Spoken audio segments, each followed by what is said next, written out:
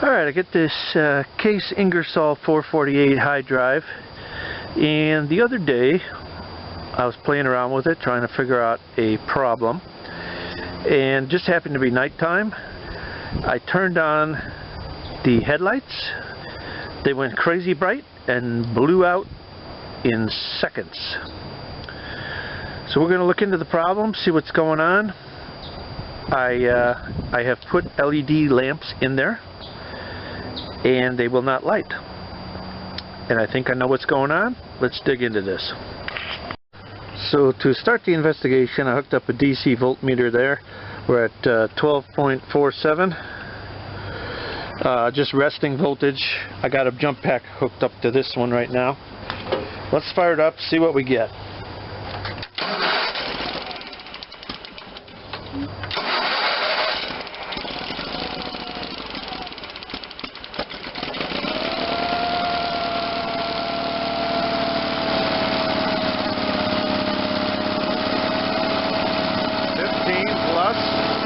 At idle.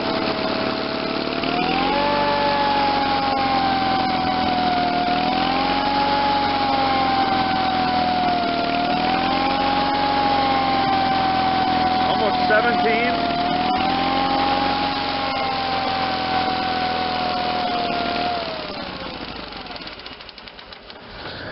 So we would expect to get no more than 14.5, and we're getting 17. Way too much. Alright, so most of you, just by looking at that voltage reading, can probably tell what I'm going to go for, but do you know where to find it on a case? And I do, and let's go. And that spot is going to be on that yellow sticker. There's a little access door there, and we're going to dig right in. And we're going to take those two screws out. And there it is. It's on the inside of that door. Now some of these have multi-wires. Some of them just have, it's a plug. There's a plug right there that plugs into the harness. Some of them have a ground wire. Some of them have different configurations. So you're going to have to find out your part number. But the one that I'm going to be using is part number C31249. That's the one that fits this machine without modifications. I think there's a wiring retrofit kit you can get if you have the other one, which may or may not be any longer available. Now I've got the battery disconnected because you don't want to be playing with electrical. Probably blow your new regulator before you even get it in there. This is a rectifier and regulator, I think all in one.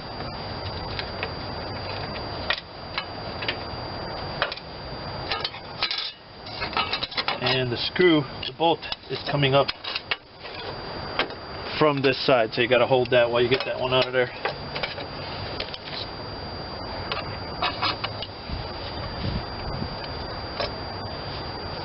Get my ground wire, find that, put that right back where she goes.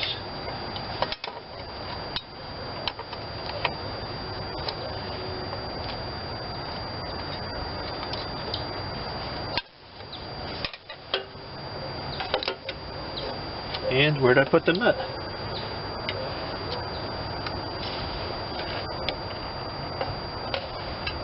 There it is.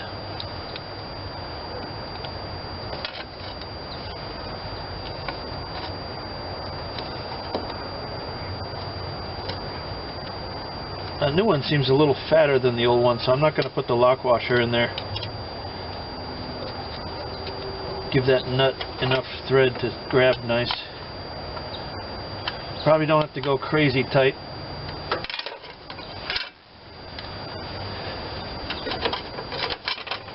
Just got to unplug this old one. Now I'm going to unplug the old one.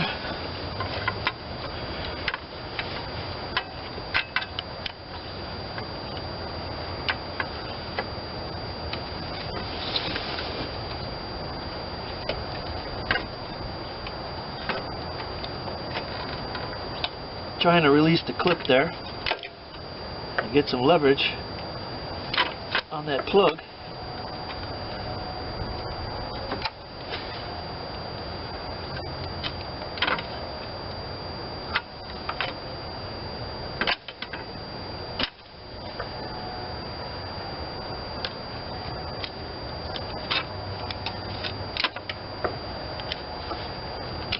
There it goes. Pull one out.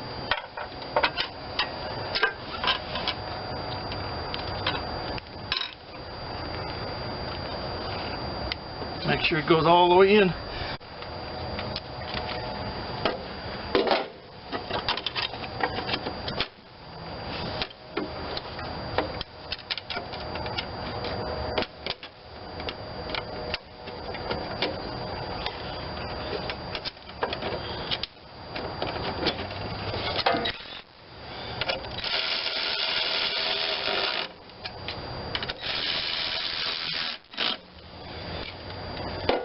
Alright, now for a test.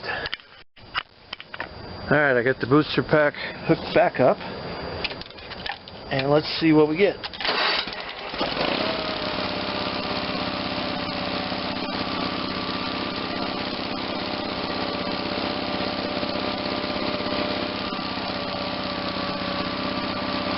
Oh yeah!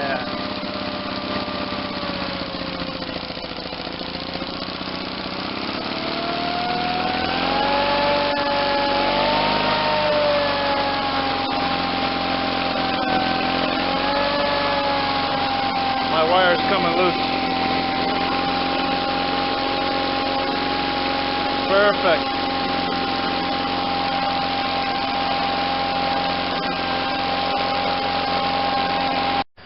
Okay, we are successful on the voltage regulator being the cause of the high voltage and possibly unrectified current going to the battery, the spark coil, the hours meter, and everything else. So that explains a lot. But I still have an issue. I thought maybe the voltage regulator wasn't giving me the good enough voltage because I had popped both of those lamps when they were over voltaged. I put in LEDs and they don't work. And I found out something interesting, and I'll show you. I'll take you in for that as a bonus. So I got the headlight switch on. I got this lead on the headlight power cable, the other one on the negative battery, and I have, well, before I pulled it off, I had 13 volts there. So the lights aren't lighting. Why? Here we go. So let me show you what I got going on here. I've got the positive, I got 13 volts there. Got the positive cable attached to where the headlights get their power from. I've got the negative cable of my meter attached to the battery ground. I got 13 volts. I got no lights. But there's more to it. Here we go. If I reach in there to the headlight shell, the silver shiny part, I'll show you what I got for voltage then. Just zoomed in, I'll be touching the silver shiny part. So I've got 2.0, 2.1, 2.2 volts. We got a bad ground, folks. That ground power is not getting to that headlight bucket. How? Trying to get the meter in a way that I could read it on the camera here. I think I can see it right now. Every time you get a glare on that thing, you can't see a thing on the camera, but you can see it in real life. Anyway, we have 0. So if I go to, the headlight switch is still on. If I go to the headlight bucket, 2.0 volts. But if I go to the clip that holds the headlight on, 12.93. So what I got is just a bad connection between the retaining clip that grounds it in the bottom left hand side there, and there's one on the top right. Neither one of those are transferring ground power from that headlight, from the hood to the headlight bucket. I'll clean those connections up. I think we're going to win.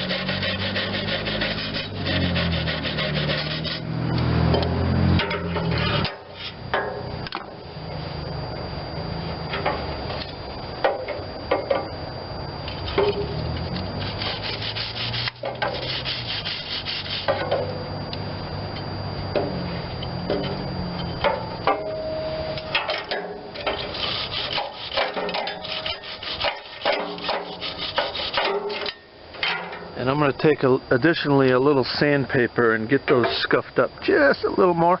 I'm also going to clean the clips. Bring you back. Alright, I got the backs of the headlights all cleaned up, the clips all cleaned up.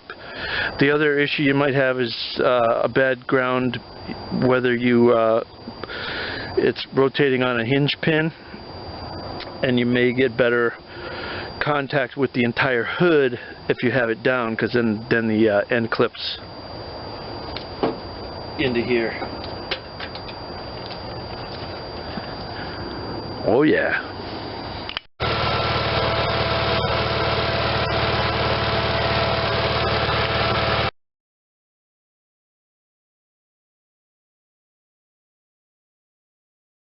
Just a little quick tech tip here.